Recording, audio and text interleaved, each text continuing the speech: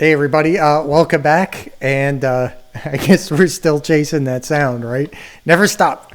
I'm sorry I missed last week, but I had some microphone problems and I had to get some stuff fixed. I had to fix some stuff before I could get back up and running. So it's all going again, and so we're back up, and hopefully we'll be able to just, talk and goof around with some gear every week now that, it's getting colder and colder. It's getting close to Thanksgiving too, so happy Thanksgiving to everybody who's out there.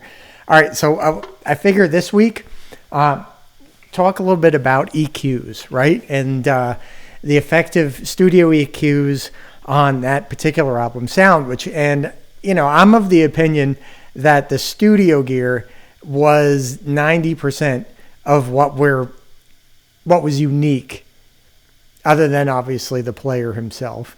But what was unique about that first album sound was, really can be attributed to Don Landy and to Ted Templeman.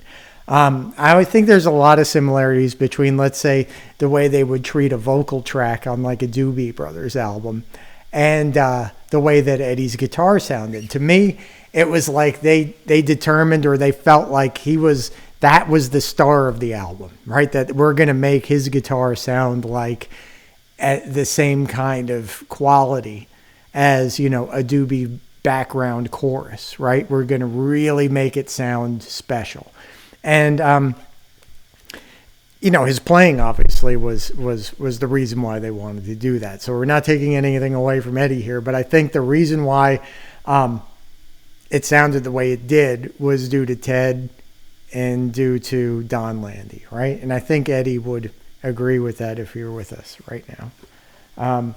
So let's surmise like what kind of EQs may have been used on that time, right? Like, so we've had some interesting stuff with the Sunset Sound guys putting out videos, and we've also we've actually seen now the equipment that's in there in the room, and we know now that board was a Bushnell API board. So you can find pictures of the actual board and see the gear and see what kind of stuff was on it, and that was our signal chain, right? So today we're going to be talking about the EQs, right? So one EQ on this board I know was on, or in this rack right here, which is sort of my recording rack, right?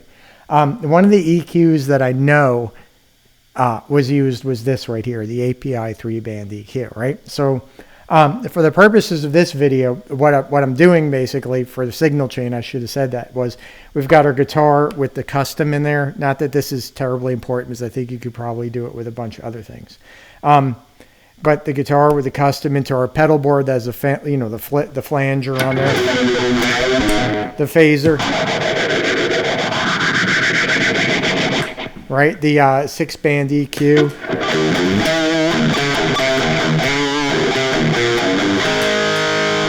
We've actually got a real Echoplex down on there on the floor. Going into the Moto Teddy preamp, into a 2-notes cab simulator, right? The Torpedo. And I'm using an Ownhammer impulse response. Their Legacy Series 412, Greenback 55 Hertz, Mix Live T2, I think is the file, if you wanted to know. And that is going then into sort of like the beginnings of my simulated Sunset Sound channel, right? So I've been collecting this gear over a period of years. Some of this stuff I've had for a couple of years, some I've had for about a year. So we've got our API preamp, API 3-band EQ, and the API line driver, 1176 compressor. We're not using that today because I think the Ownhammer stuff's already compressed enough. And then this special piece of gear down here, which I got last year, which is the Pultec EQ, right? This one's made by Warm Audio. And I think EQs you're going to see were very important to the sound of that album and what they can add to a guitar sound that, you're not going to hear in the room. I mean, to me, and I think anybody that's sort of like been building amps or has been around, enough old Marshalls and Celestians and all that kind of stuff knows that there is no way that any amp is going to sound like Van Halen 1 live in the room. It's not going to happen. That dog don't hunt. That is absolutely the magic bullet. It doesn't work.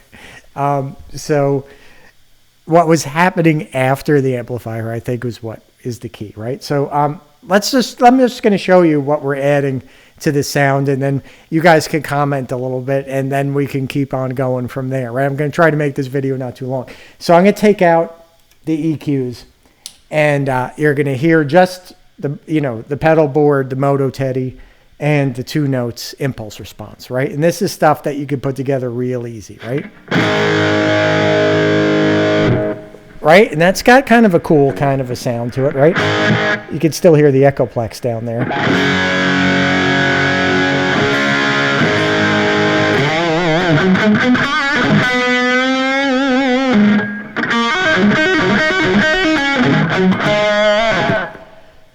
So let's add in the API EQ, right?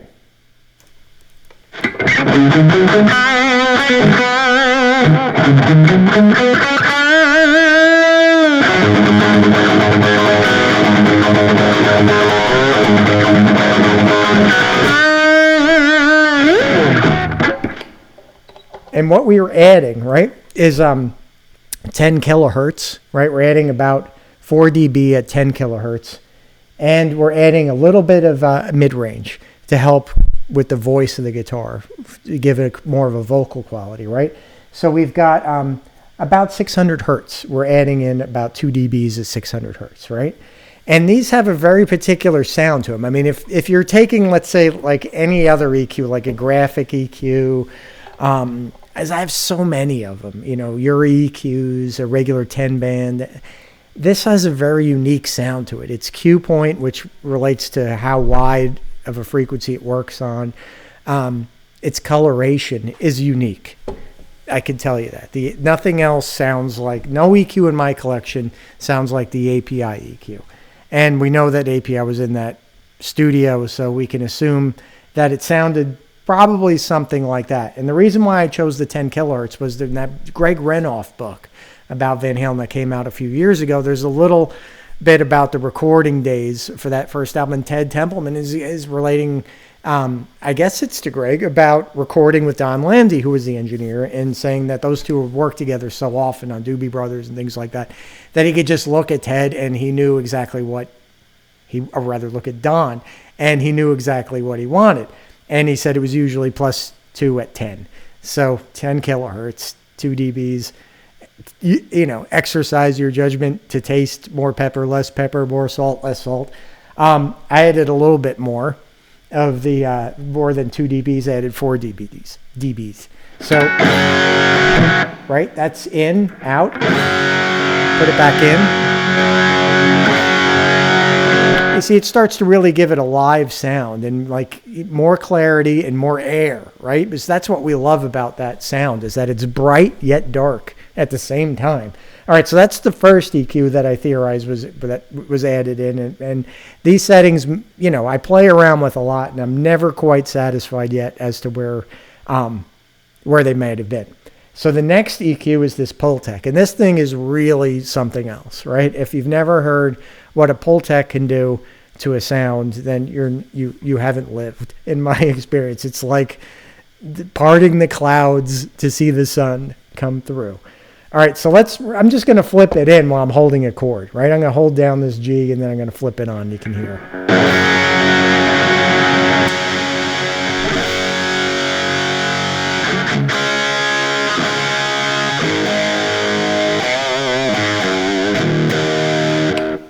All right, so now we're starting to get a lot more air into the sound, right? It's starting to sound, that fizz, that sort of silk, that stuff that, a guitar speaker simply can't provide, right? It just doesn't do it.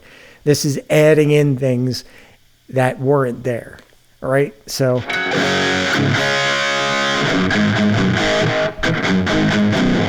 me shut the echo down there.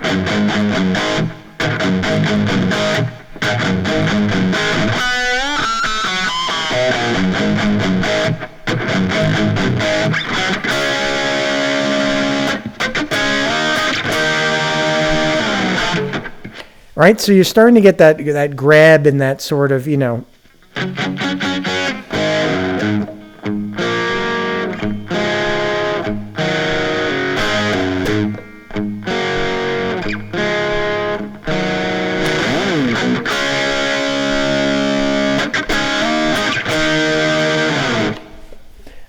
So you can, I'm never quite sure how to set this thing up exactly, right? I'm going to move around some knobs just so you could hear what this thing could do, right? So we'll do on the high frequency. We're adding 12K and messing around with 12K on the boost side and messing around with 10K on the cut side. So I'll just hit an A chord and move something around.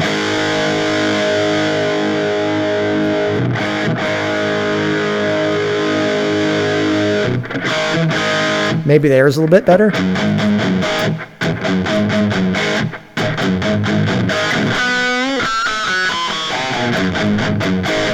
And then on the cut side,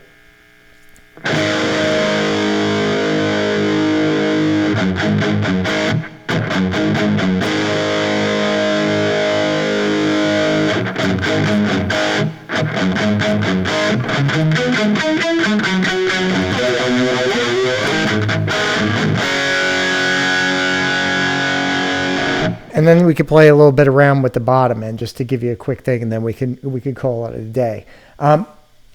Right now we're at 800 hertz, right? So we're messing around mostly with sort of mid-range, but we can go down to one of these other settings that I kind of like for that. You really got me kind of like chordal work, right? So we'll go down to 200 hertz, right? Working more with low frequencies.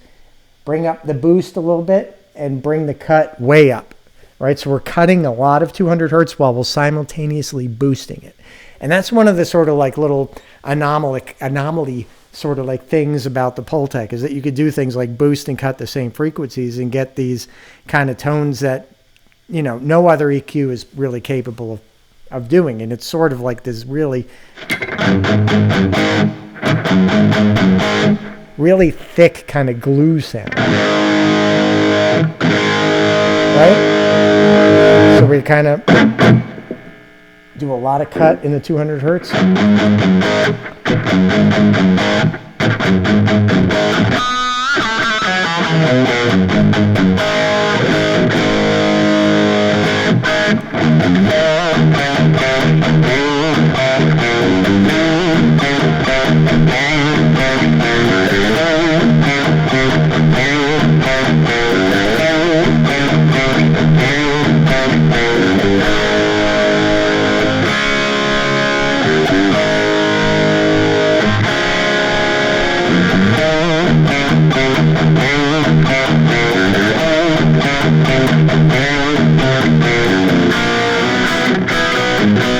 Oops.